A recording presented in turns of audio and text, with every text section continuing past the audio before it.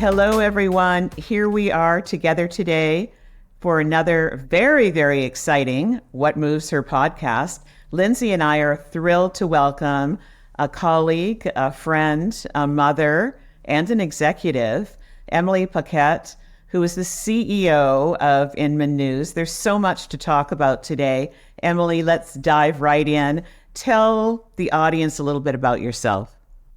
Well, first, thanks so much for having me here. It's a pleasure to be here with both of you today.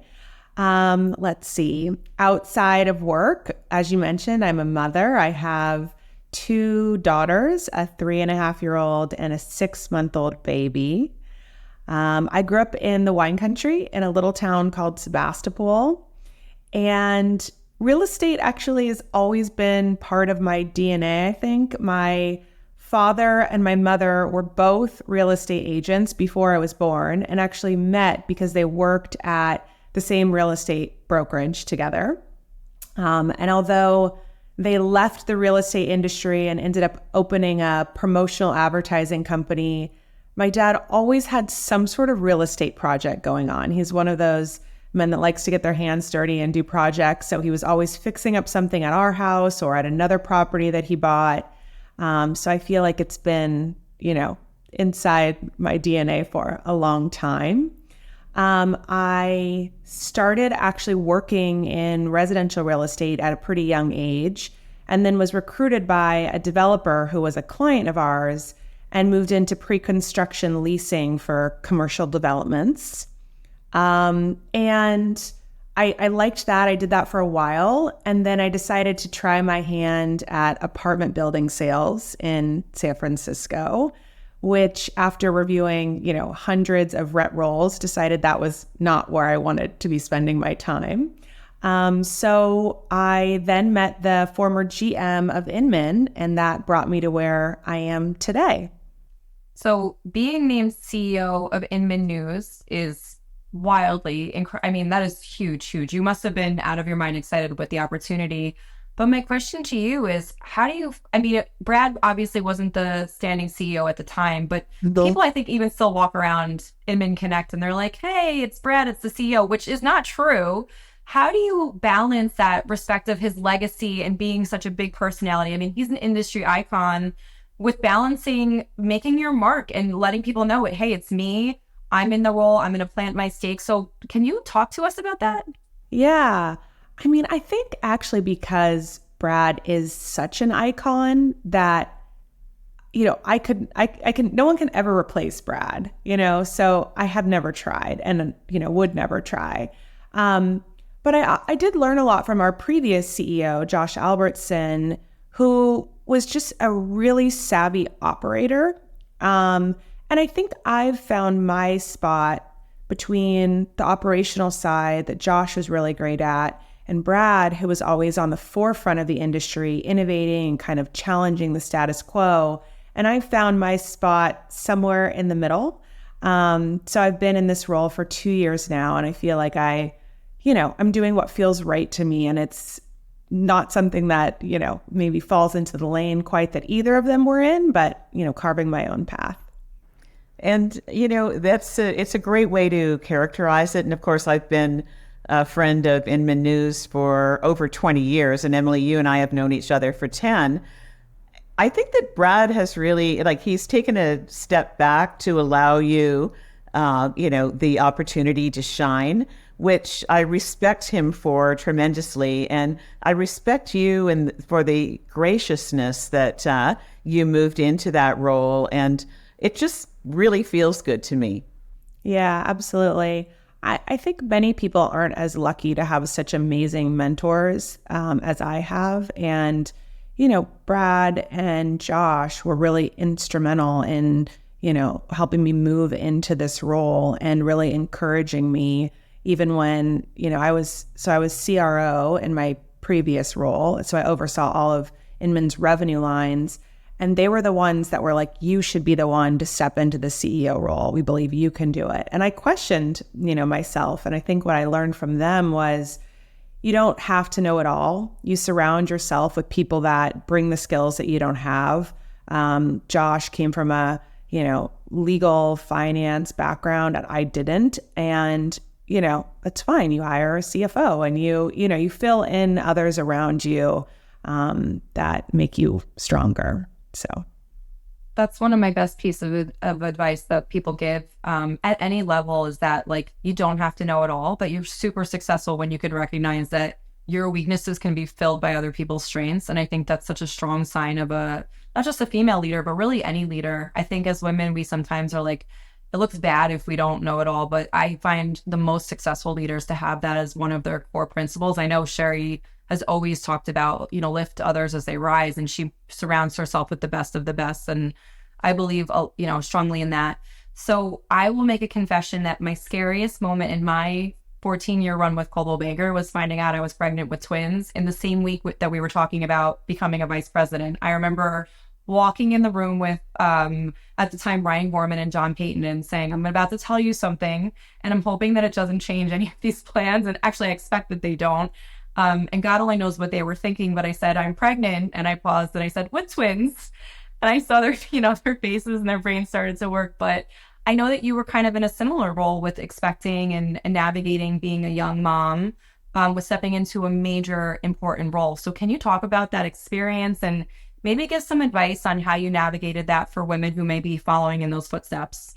Yeah, absolutely. So when we were going through the acquisition process for Inman, I had just had my first daughter. I think she was a week or two old, and I was on calls with potential buyers. And I remember our CEO, Josh, having to set the tone at the onset of the meeting to tell these potential buyers that, if Emily goes off camera, it's because she has a 1 week old baby upstairs. 1 week old. She was like 1 or 2 weeks old. Crazy. Yeah. But I also knew that I didn't want to miss out on that process. Like, nobody was forcing me to be there. I knew that it was a valuable process for me to be part of. I had not gone through an acquisition before, and I wanted to learn everything I could from it, and was grateful that Josh and Brad gave me a seat at the table. So I think that was ultimately a really good thing for my career. And I did benefit from the fact that everything was still remote at the time. We were just coming, we were just sort of coming through COVID, but, people were not back in the office in the same way. So, it was luckily done remote, and I wasn't flying anywhere. And then when we were acquired by Behringer and I moved into the CEO role, shortly thereafter, I found out that I was pregnant with our second. And I knew that timing was hard. And I also knew that with my age, I didn't really have a lot of flexibility on when I could have, my next child if I wanted to have two. So, you just move through it. And, the truth is it's hard, and there's always something that has to give. And, I travel a lot for work now. And so I'm away from my young children a lot. And my 3.5-year-old now asks me, why I'm leaving or can I stay? And I will tell her that mommy has a job that not a lot of other women get to have, and that I hope one day she's proud of me. And I think that helps her make sense of it, but it also helps me make sense of it. And then when we are together, I just really try to make so many memories with them. I'm the mom on the beach that has pre-bought seashells. That's like dropping them on the beach. So Wait, that's such a good mom hack. Stop. I love that idea. Yeah, so I just try to make all these special moments that they'll into memories, so that, we really have good quality time when we are together. It just makes me smile. And I love both of your Instagram feeds with your children, your vacations. And it does feel like you're probably going to say, no, it's not really like this, a pretty balanced life, like Lindsay with your twins on the basketball court and all of that. I love it. Of course, my life is different now than that. So I'm living vicariously through both of you. Yeah. Yeah. I think Emily and I admit some of it's a facade, but I do feel like we both work at companies where balance is possible, and balance is not the same for everybody. But at least for me, I feel like I have the ability to manage both. And you reference working from home. I think that also helps. I don't know how women pre-pandemic honestly did it. I had a small taste of it, but I think we're fortunate that we have a little more flexibility today. I agree. I mean, one of the things I've done recently is prioritize trying to take my daughter to school because I Yes. have memories of my Same. mother driving me to school. Yes. And I can't do it every day. But since I prioritized it, I find that more often than not, I can do it. And then I just have to say no to like everything that is not a priority. Yeah. My daughter's school asks something of me or other organizations, and I'm like, I just can't do it. I can't take on any more than I have. So, you learn to balance in the best way you can. So life post-pandemic is obviously just completely different, but even for business. So, you're walking into running a media company in a kind of a whole new world. So, how are you looking at this year, closing out, looking into next year? What are some things that are exciting you about what you're working on in the future of Inman? Because I mean, Inman is absolutely the household name in our industry as a trade. We have so much respect for you as a partner, and you guys have just become a powerhouse for your events and the way that you lead the news. What does the future of Inman under your leadership look like? Yeah, I'm very excited for the next few years because I stepped into this role spring of 2022, which was right when we were sort of peak market and it was about to come down. So the last couple of years have been really challenging. I've been navigating changes in the business. I've been, making hard decisions. And I think it's made me a very strong leader.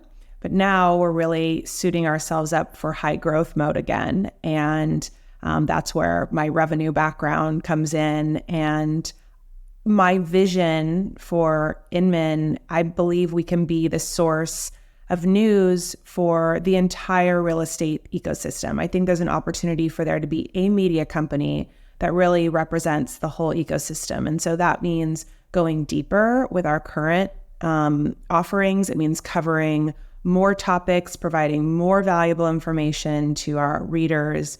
You've probably seen us launch some research and data offerings from the company, but it also means going broader and expanding into more areas of the real estate ecosystem. And you'll see some more exciting things from that coming from us soon. Well, that is awesome. And, it's great that you're at the helm and how exciting to be able to execute on that for the future, because we're all, anticipating a strong future, but it's going to take an awful lot of hard work. But I have another question for you, Emily, and that is the transition from chief revenue officer, where you were in sales and you drove a hard bargain. That I have to tell you, in my sponsorship days and when we were looking at various sponsorship opportunities, and so that's a great strength of yours. But when you stepped into the CEO role, suddenly you were on main stage, and that was something that you hadn't done before. So how did you prepare for that? Like, was it scary? And, you're so good at it. How did you prep for that? Oh, thank you. Yeah, I think, you learn from the best. I'm surrounded by people that are really good. Look at Brad in the spotlight, and have gotten a lot of guidance from them and other people that I admire that sort of have a bigger platform.